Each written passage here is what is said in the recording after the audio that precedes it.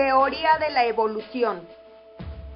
A finales del siglo XVIII se postularon varias teorías de la evolución. Un gran personaje en el cual hay que destacar fue el abuelo de Darwin, Erasmus Darwin, quien creía que una especie se podía transformar gradualmente en otra. A esas teorías solo les faltaba conocer el proceso mediante el cual ocurría la transformación. Por lo tanto, el primero que postulara tal proceso fue Jean Lamarck. Jean llegó a la conclusión que las especies cambian con el paso del tiempo y que los cambios ambientales eran los responsables de las modificaciones estructurales en las plantas y animales. A este planteamiento se le llamó la teoría de la herencia de las características adquiridas. Herbert Spencer. La teoría de Spencer fue una mezcla del empirismo, el asociacionismo y el nativismo, ya que creía que las asociaciones obtenidas con la experiencia se pasaban a los dependientes. El término supervivencia del más apto lo introdujo en el año de 1852.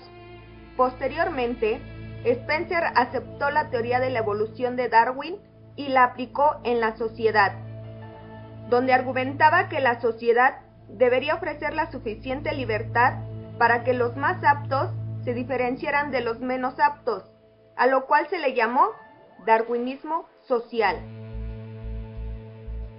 La pasión por la etimología fue lo que impulsó a Charles Darwin a aventurarse por el mar.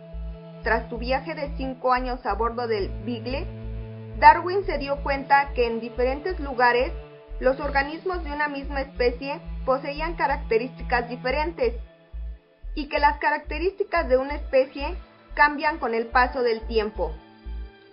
Darwin demostró que el proceso de evolución se aplica a los humanos y a otros organismos vivos. Asimismo, definió aptitud como el éxito reproductivo de un individuo. La sociobiología, que ahora se llama psicología evolucionista, ha podido explicar una amplia variedad de conductas sociales humanas en términos de la teoría de la evolución. Francis Galton. Primo de Darwin, midió la inteligencia en razón de la medición de la agudeza de los sentidos. Como creía que la inteligencia es heredada, recomendó la práctica de la reproducción selectiva para un mejoramiento de inteligencia humana. A su vez, Galton empleó la primera prueba de asociación de palabras en el campo de la psicología. Fue el primero en utilizar la medida como medida de una tendencia central y dio origen a la imaginería mental, donde encontró la diferencia individual en la capacidad para experimentar imágenes mentales. Hay que mencionar que Galton inventó el método de la correlación, en el cual es uno de los métodos más utilizados en la psicología. A él se le atribuye el estudio de la cuestión naturaleza-crianza, el uso de cuestionarios, el empleo de una asociación de palabras, los estudios de gemelos, el estudio de la imaginería, las pruebas de inteligencia que él desarrolló de la técnica correlacional. En todo su trabajo destaca su interés por las diferencias individuales y su medición, el cual fue el reflejo de la teoría de la evolución de Darwin. James McElcattle fue el primero en emplear el término prueba mental en Estados Unidos. Sin embargo, esta moratoria de las pruebas mentales no duraría mucho. En Francia, Alfred Binet se basó en otro método para medir la inteligencia. Consideraba que ésta se conformaba por varias capacidades mentales como la memoria, la imaginería, la atención, la comprensión y el juicio. El objeto de Binet era crear pruebas que midieran dichas capacidades mentales. En 1908, Simon y Binet implementaron una mezcla que distinguía a los niños normales de los subnormales y también medían los niveles de inteligencia de los niños normales. William Stern implementó el término edad mental y también la noción del consciente intelectual. En 1916, Lewis Terman fue quien sugirió que el cociente intelectual se le abreviara con las siglas CL. Charles Spearman, al evaluar la prueba de Cattell, encontró importante relación entre las medidas de la agudeza sensorial y el desempeño académico, a lo cual utilizó una técnica que llamaría análisis factorial. También incluyó que la inteligencia está compuesta por habilidades específicas y por capacidad intelectual general. Cyril Burke pensaba que la educación se debía estratificar de acuerdo con la inteligencia de nacimiento del estudiante y que por medio de programas educativos de regularización se podía aumentar la capacidad intelectual del alumno.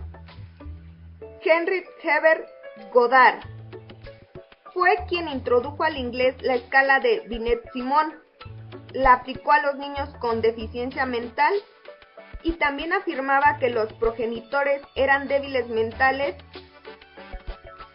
y los hijos serían igual, lo que causó un daño terrible a los inmigrantes, ya que a ellos se les administró dicha prueba y concluyó que muchos inmigrantes padecían deficiencia mental, por lo tanto fueron deportados a Europa.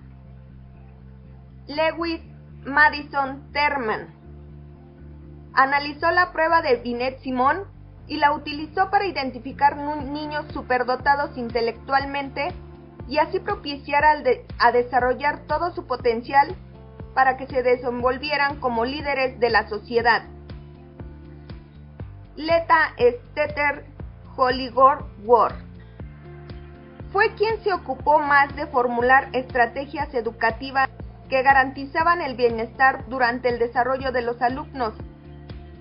También ella hizo mucha mejora en la educación de los individuos subnormales y se opuso a muchas creencias tales como la inteligencia es heredada en gran medida y que las mujeres intelectualmente son inferiores a los hombres.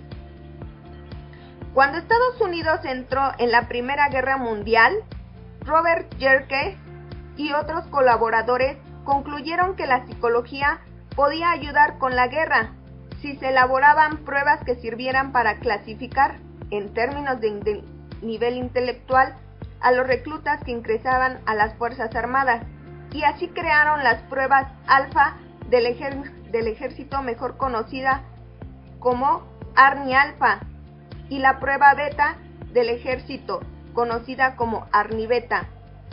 El ejército ignoró la mayoría de las recomendaciones y dio por terminado el programa de las pruebas. No obstante, en aquella época, un creciente número de personas se oponían a las pruebas de Goddard, Terman y Yerkes. Se preguntaban si dichas pruebas medían la inteligencia genética o no, y concluyeron que las pruebas estaban más determinadas por la educación y la experiencia personal que por la herencia. Los esfuerzos por definir la inteligencia y por establecer cómo medirla mejor siguen ocurriendo en la psicología contemporánea hasta nuestros días. Hasta la fecha, los psicólogos o alguno de ellos piensan que la herencia y la experiencia son factores de inteligencia, pero aún así continúan con constantes investigaciones.